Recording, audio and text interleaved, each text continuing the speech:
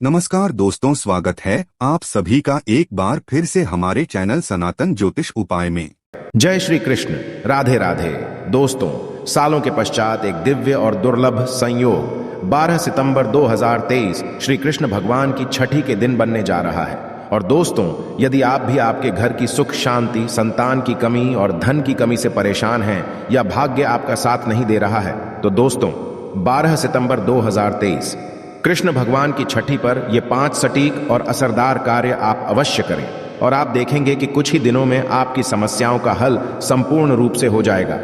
दोस्तों, कई हजार वर्षों पश्चात 12 सितंबर 2023 को बहुत ही दुर्लभ और दिव्य संयोग बनने जा रहा है, क्योंकि इस दिन कृष्ण छठी के पावन दिन के साथ साथ राजयोग, अमृत सिद्धि योग और साथ ही धन लक्ष्मी जैसे कई योग बन रहे हैं। और इस दिन भगवान श्री कृष्ण सबसे अधिक प्रसन्न होने वाले हैं। इसीलिए दोस्तों, यदि आप भी भगवान कृष्ण से इस दिन जो भी सच्चे दिल से मांगेंगे, वो मनोकामना आपकी अवश्य पूरी होगी। और इस दिन ये 5 कार्य करने से आपकी किस्मत चमक उठेगी। तो आखिर कौन से वह कार्य हैं जो आपको सभी कष्टों से मुक्त कर देंगे? आज की इस वीडियो में हम आपको विस्तार से बताएंगे, इसलिए दोस्तों वीडियो को आखिर तक अवश्य देखें।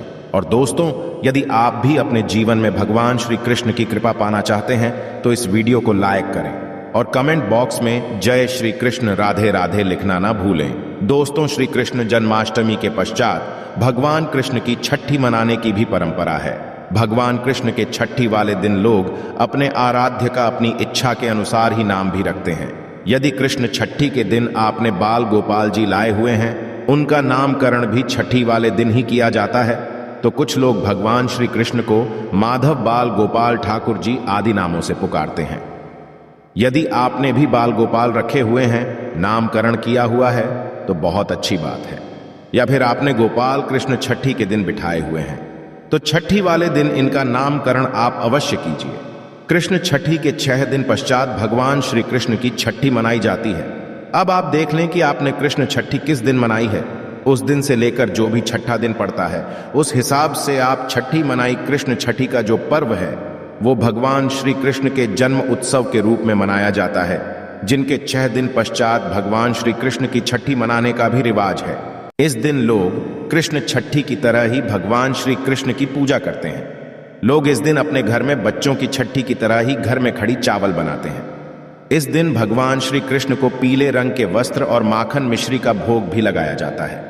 वैसे तो छठी दोपहर के टाइम ही मनाई जाती है, या फिर आपके घर परिवार में जो भी रीति रिवाज हो, जिस तरह से आप मनाते आ रहे हो, या फिर जिस तरह से आप अपने बच्चों की छठी मनाते हो, उसी प्रकार आप भगवान श्री बाल गोपाल की छठी मनाई। ये तो छठी किस तरह से मनाते हैं वह भी आपके साथ शेयर करेंगे। तो सुबह सूर्योदय के पश्चात आपको सबसे पहले स्नान आदि से निवृत्त होकर बाल गोपाल को, ठाकुर जी को आपको पंचामृत से स्नान कराना है। पंचामृत में आपको पता ही है, दूध, दही, घी, शहद, शक्कर और गंगा जल मिलाकर पंचामृत बना लीजिए। उसके पश्चात आप ठाकुर जी को स्नान कराएं। यदि आपके पास है तो शंख से स्नान कराएं, या फिर चांदी के पात्र में पानी कर आप पंचामृत से स्नान करा सकते। इसके पश्चात भगवान श्री कृष्ण को पीले रंग के वस्त्र पहनाए और उनका श्रृंगार कीजिए। इसके पश्चात ठाकुर जी को मिश्री और माखन का भोग अवश्य लगाएं। इस दिन कड़ी चावल बनाने का भी खास महत्व है। आप इस दिन कड़ी चावल बनाकर ठाकुर जी को भोग अवश्य लगाएं। और इस दिन यानी कि छठी के दिन ठाकुर जी यदि आपने बिठाए हुए हैं तो उनकी नजर आप अवश्य उतारें। ठाकुर जी को काला टीका अवश्य लगाएं। ये उन्हें खास तौर पर लगाया जाता है। छठी के दिन ऐसी मान्यता है, जो भी अपने घरों में काजल बनाकर कान्हा जी को लगाते हैं और उसके पश्चात अपने घरों में सभी सदस्यों को लगाते हैं, तो उनको नेत्र संबंधित कोई भी परेशानी है वो नहीं रहती है। इस तरह से आप ये 3 कार्य अवश्य कीजिए। भगवान श्री कृष्ण को कई नामों से भी पुकारा जाता है। यदि आपने ठाकुर जी का नाम रखा हुआ है, श्री कृष्ण का नाम रखा हुआ है, तो बहुत अच्छा है। या कृष्ण छठी के दिन या छठी के दिन भी आप उनका नामकरण कर सकते हैं। आपको जो भी नाम पसंद हो वह नाम रख सकते हैं। चाहे तो आप उन्हें माधव बाल गोपाल ठाकुर जी भी कह सकते हैं या श्याम भी कह सकते हैं। छठी के मौके पर भगवान कृष्ण को चाबी भी सौंपी जाती है। इस दिन आप भगवान कृष्ण को घर की चाबी सौंप सकते हैं। उसके पश्चात भगवान से अपने घर में सदैव स्नेह और कृपा के लिए प्रार्थना भी करें। उनसे अपने घर के पालन पोषण लिए भी प्रार्थना करें। ऐसा करके इस तरह से आप छठी उत्सव मना सकते हैं। छठी उत्सव मनाने से बाल गोपाल की सदैव कृपा दृष्टि है। वह आपके घर पर स्थायी रूप से बनी रहती है और सदा सदा के लिए बाल गोपाल आपके घर में स्थायी रूप से निवास करते हैं। छठे दिन छठी की जो कथा है उसको सुनने का भी खास महत्व है। वहीं दोस्तों, आज हम आपको 5 ऐसी वस्तुओं के बारे में बताने जा रहे हैं जो भगवान गोपाल को अति प्रिय है। यदि आप भी भगवान कृष्ण असीम कृपा प्राप्त करना चाहते हैं तथा माता लक्ष्मी की कृपा प्राप्त करना चाहते हैं और अपनी मनोकामना को पूर्ण करना चाहते हैं तो कृष्ण छठी के दिन इन वस्तुओं को अपने घर पर अवश्य लेकर आए। यदि आप इन सभी वस्तुओं को घर में नहीं ला सकते हैं तो कम से कम आप इनमें से कोई भी एक वस्तु घर में अवश्य लेकर आए और भगवान श्री कृष्ण को यह वस्तु अवश्य अर्पित करें। दोस्तों, नंबर 1 भगवान गोपाल की अति प्रिय वस्तु है मोर पंख कहा जाता। राधा रानी के महल में बहुत मोर हुआ करते थे। जब वह भगवान श्री कृष्ण की बांसुरी की धुन पर नृत्य करते थे तो उनके साथ में मोर भी नाचा करते थे। एक दिन किसी मोर का पंख जमीन पर गिर गया, जिसे तुरंत उठाकर भगवान श्री कृष्ण ने अपने मस्तक पर सजा लिया। भगवान कृष्ण के मस्तक पर सजा मोर पंख राधा रानी के प्रेम की निशानी मानी जाती है। इसीलिए भगवान गोपाल के जन्म उत्सव की पूजा में मोर पंखों से उनकी हवा किए जाने का चलन है। इसी कृष्ण छठी पर मोर पंख घर में अवश्य लाना चाहिए। दोस्तों, एक अन्य कथा के अनुसार देवी राधा हर दिन मोरकुटी मंदिर के पास मोरों को दाना देने जाती थी। एक बार जब देवी राधा वहां पहुंची तो वहां पर एक भी मोर नहीं था। राधा रानी उदास हो गई। कान्हा ने देवी राधा को प्रसन्न करने के लिए स्वयं मोर रूप धारण कर लिया और वहां पहुंच गए। राधा रानी कान्हा का यह रूप देखकर बहुत प्रसन्न हुई। दोस्तों, मोरकुटी मंदिर में मोर रूप में आज भी राधा कृष्ण की होती है। इसीलिए भगवान श्री कृष्ण को प्रसन्न करने के लिए जन्म अष्टमी के पूजन में मोर पंख अवश्य ही शामिल करना चाहिए। हिंदू मान्यताओं के अनुसार घर में मोर पंख का प्रयोग करने से अमंगल टल जाता है। खास रूप से कहा जाता है कि मोर पंख से बुरी आत्माएं पास नहीं आती।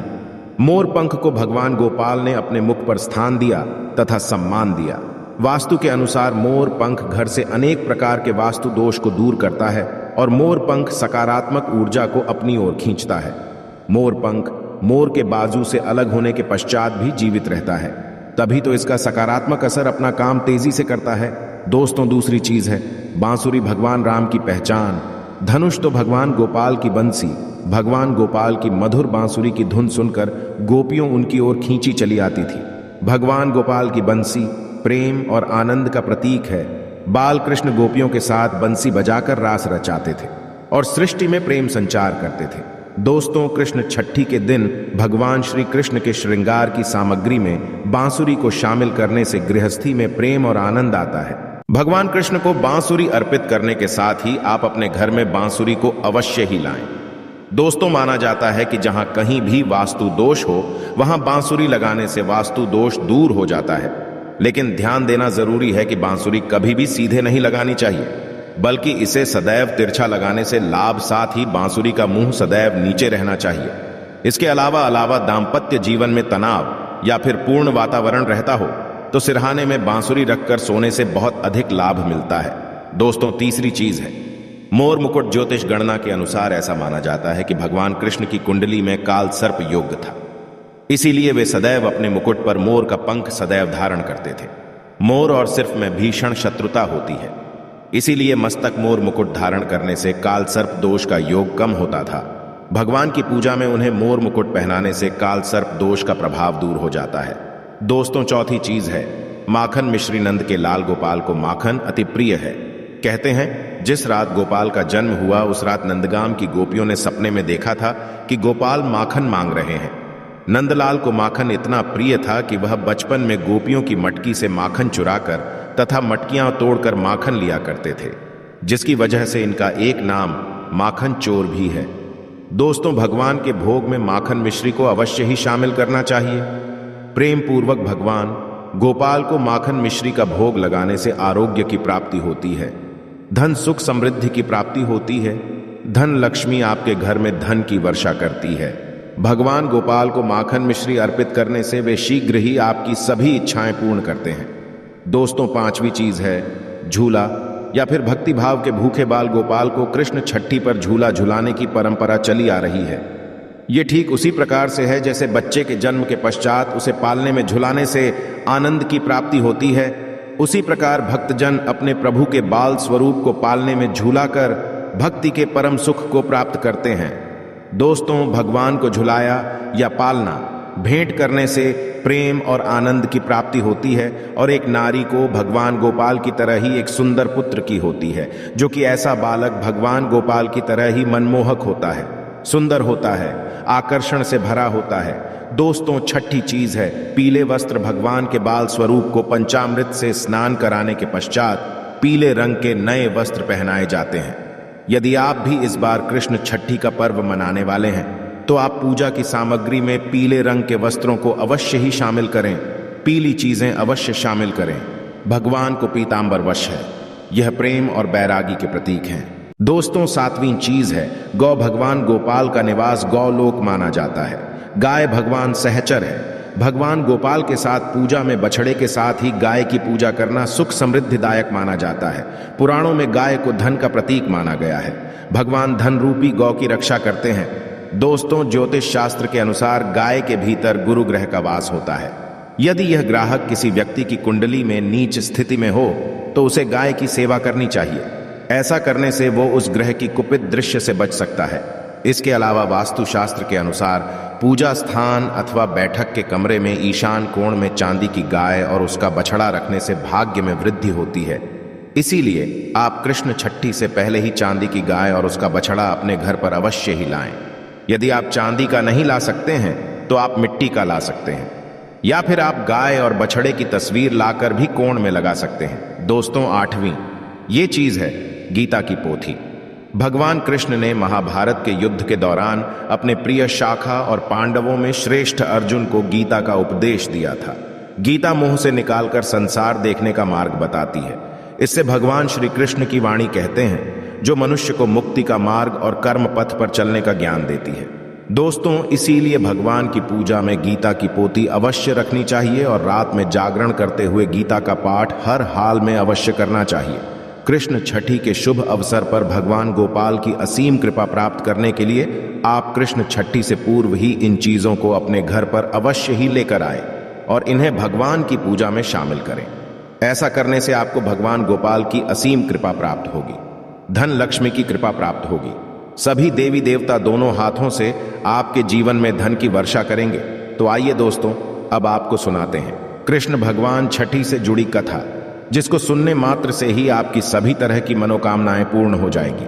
पौराणिक कथा के अनुसार जब भगवान श्री कृष्ण की छठी थी तो उस समय भगवान श्री कृष्ण अत्यधिक रो रहे थे। तो कोई कह रहा था कि भगवान श्री कृष्ण को नजर लगी हुई है, कोई कह रहा था कि भगवान श्री कृष्ण को भूख लगी हुई है। यशोदा मैया का दूध उतर नहीं रहा था। इस पर ब्रह्मा जी ने महामाया को कृष्ण जी को चुप कराने को कहा। महामाया गोकुल पहुंच गई। भगवान श्री कृष्ण के सामने कई तरह के नाटक करने लगी। कभी चिड़िया बनकर श्री कृष्ण के सामने आ जाती, कभी चिड़िया बनकर उड़ जाती। इस तरह से श्री कृष्ण खिलखिलाकर हंसने लगे। उसके पश्चात श्री कृष्ण चुप हो गए, जिसके पश्चात ब्रह्मा जी ने महामाया को छठी देवी होने का वरदान दिया और कहा कि तुम प्रत्येक घर में छठी देवी के नाम से आदर के साथ पूजी जाओगी। तो ये थी छठी कथा। इस तरह से आप भी छठी महोत्सव मना सकते हैं। आपके घर परिवार में जैसा रीति रिवाज जिस तरह से मनाते आ रहे हो उस तरह से भी आप छठी मनाइए। या फिर ये देख लीजिए कि आपके घर परिवार में पास के मंदिर में जब भी छठी मनाई जा रही हो उस दिन भी आप छठी मना सकते हैं। यदि आपने बाल गोपाल भी नहीं रखे हुए हैं, जो भी श्री कृष्ण भगवान की प्रतिमा है, फोटो है उसके सामने, जिस तरह से आप कृष्ण छठी पर पूजन करते हैं उसी विधि विधान के साथ आप पूजा अर्चना कीजिए और हलवा पूरी खीर जो भी आपने भोग में रखा हुआ है उसी तरह से बाल गोपाल को भोग लगाए।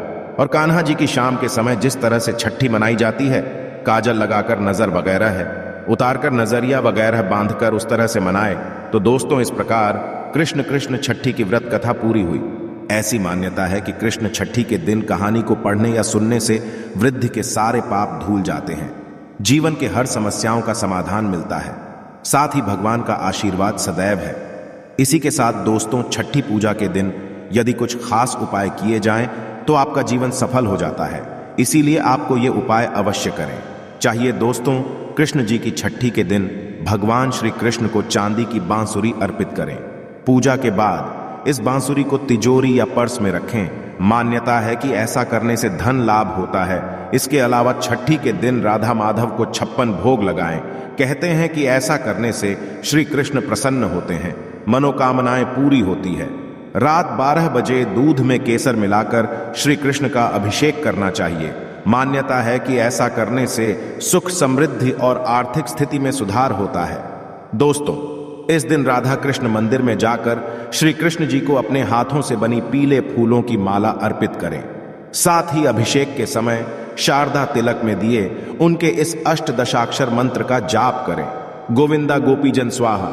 इस दिन भगवान श्री कृष्ण के इस मंत्र जाप करने से आपकी आर्थिक संकट जल्द ही दूर होने लगेंगे और धन लाभ के योग भी बनेंगे।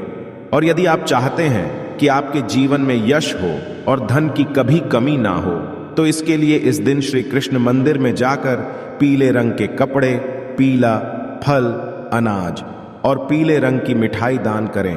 साथ ही रात को कृष्ण जन्म के समय उनके इस मंत्र का जाप करें। इस दिन ऐसा करने से आपके जीवन में कभी यश की कमी नहीं होगी और आपकी सदैव भरी रहेंगी।